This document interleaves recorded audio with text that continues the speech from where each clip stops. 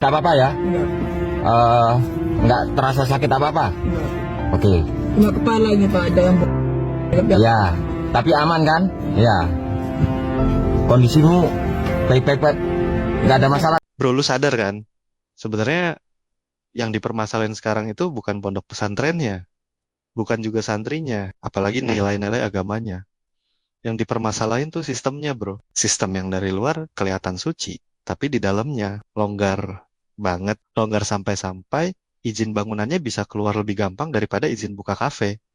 Lucu nggak sih? Lu buka usaha kopi, ditanya IMB, NPWP, izin lingkungan, bahkan kadang harus nyetor laporan usaha. Tapi lu bangun lembaga pendidikan yang menampung ratusan anak manusia. Kadang cuma perlu stempel dan niat baik aja. Dan ya, niat baik itu penting. Tapi niat baik nggak cukup kalau nyawa orang ikut ditaruhkan. Kita udah terlalu sering dengar cerita. Bangunan runtuh, santri jadi korban pelecehan kiainya. Dan semua berakhir dengan kalimat klasik. Ini ujian dari Tuhan. Padahal kalau ditarik ke akar, ini bukan ujian, bro. Ini kelalaian yang diselimutin kata ikhlas. Biar kelihatan tenang. Gue paham, di pesantren-pesantren zaman dulu, santri bantu bangun itu hal biasa. Mereka ikut cor, ikut ngaduk semen, ikut nyangkul. Tapi konteksnya beda, bro. Dulu pesantren itu bukan lembaga bisnis, bukan juga lembaga bantuan pemerintah. Santri makan gratis, tidur gratis, belajar gratis. Dan semua itu ditanggung sama kiainya, yang hidupnya sederhana dan benar-benar ngasih karena lillah.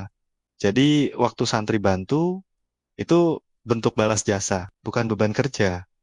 Sekarang, zaman udah berubah. Pesantren banyak yang modern, punya program, punya iuran, bahkan ada yang punya usaha. Dan itu nggak salah. Gua nggak masalah. Tapi kalau udah main di ranah modern, ya tanggung jawabnya juga harus modern, bro. Lu tau nggak, ngecor lantai 2, itu bukan perkara ngaduk semen. Itu ilmu, men. Lu salah hitung takaran aja, besi bisa patah. Lantai bisa ambruk. Kayak lu bangun rumah dari niat baik, tapi tanpa pondasi bener, ya tetap roboh. Niat baik gak bisa ngelawan gravitasi. Masalahnya, banyak yang nganggap asal niatnya ibadah, pasti dilindungi Tuhan. Padahal Tuhan juga ngasih kita otak buat mikir, dan tangan buat ngerjain sesuai aturan. Kita nggak bisa nyalahin takdir kalau manusianya sendiri nggak taat standar. Dan satu hal yang lebih miris, di banyak kota di Indonesia, izin pembangunan yayasan keagamaan tuh seringkali paling gampang dia sih. Kadang karena statusnya agama, kadang karena backingnya kuat, kadang juga karena pejabatnya segan. Beda banget sama kalau lo ngajuin izin usaha, yang dicek itu meteran air, AMDAL sampai parkiran. Tapi kalau pesantren, kadang cuma surat niat dan rekomendasi tokoh masyarakat. Padahal ini lembaga yang nyimpen ratusan anak muda, bro. Anak-anak yang tidur di sana, makan di sana, belajar di sana. Kalau bangunannya nggak aman, siapa yang tanggung jawab kalau ambruk? Tuhan. Atau manusia yang ngasih izin tanpa mikir panjang. Gue sedih, jujur. Karena setiap kali berita kayak gitu muncul, yang disorot cuman korban. Padahal korban cuman hasil dari sistem yang dari awal udah cacat. Kita tuh sering banget ngelindungi kesalahan dengan tameng agama. Padahal yang harusnya dijaga itu bukan citra lembaganya, tapi nyawa dan moral orang-orang di dalamnya. Gue inget dulu pesantren itu bukan cuman tempat belajar ngaji, tapi tempat belajar hidup. Belajar kerja keras, belajar jujur, belajar tanggung jawab. Sekarang kadang yang dipelajari cuma cara dapat bantuan, cara nyari sponsor, cara minta donasi. Semua jadi administratif.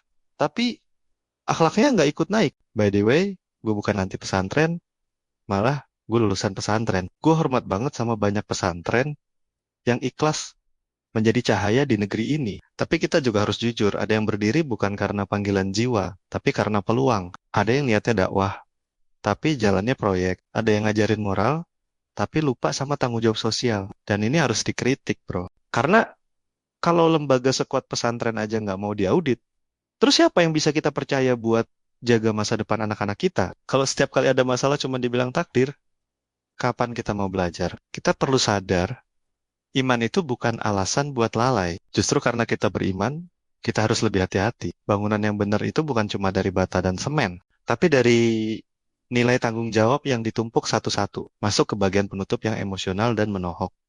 Mungkin sekarang kita cuma bisa nonton, baca berita, lihat reruntuhan, dan ngucap innalillahi. Tapi kalau setiap tragedi cuma berakhir di doa, tanpa perubahan sistem, berarti doa kita cuma jadi formalitas. Dan itu bro, itu lebih menyedihkan daripada bangunannya yang ambruk. Karena kalau yang runtuh cuma tembok, masih bisa dibangun lagi. Tapi kalau yang runtuh adalah kesadaran moral kita, itu butuh waktu panjang banget buat berdiri lagi. Jadi ya bro, gue nggak nyalahin pesantrennya. Gue cuma mau bilang, jangan biarkan niat baik jadi alasan buat menutup mata dari kesalahan. Kalau izin gampang, pengawasan lemah, dan tanggung jawabnya enteng.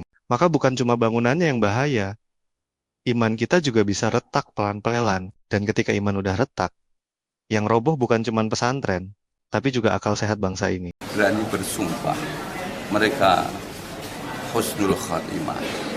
Yang kedua, kami mohon maaf yang sebesar-besarnya mewakili keluarga dalam, manakala kami belum bisa memberikan pelayanan kepada santri secara maksimal, dan kami juga mohon maaf kepada semua masyarakat yang mungkin dalam perjalanan hari pertama sampai hari ini ada hal-hal yang kurang mengenakkan hati, khususnya teman-teman media, wartawan, yang mungkin karena memang situasinya seperti ini, kadang-kadang mendapatkan perlakuan yang kurang nyaman dari para teman-teman santri.